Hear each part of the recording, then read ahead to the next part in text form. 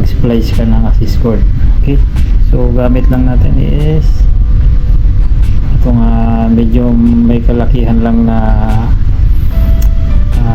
needle, sewing needle. Yan, so may kalakihan lang siya ng konti, assist cord.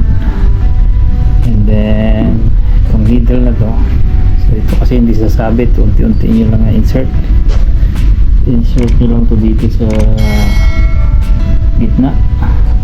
Ayan, ayan. Ito yung gitna, lalabas siya dito sa gitnang part ng tinusok. Okay, ayan. Okay, and then palabasin niya.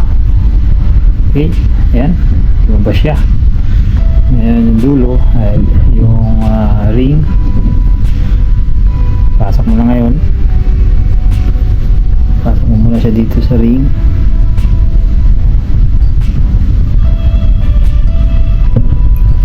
Okay, pag napasok mo siya sa ring, ayun itong dulo na to, lagay mo ngayon siya dito sa loob, dito sa ring.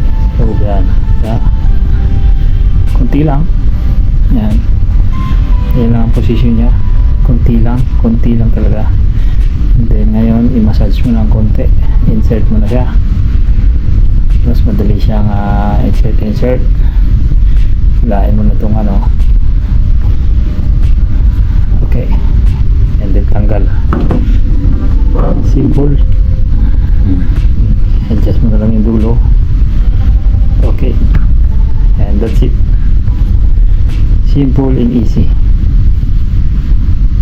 Simple and easy splicing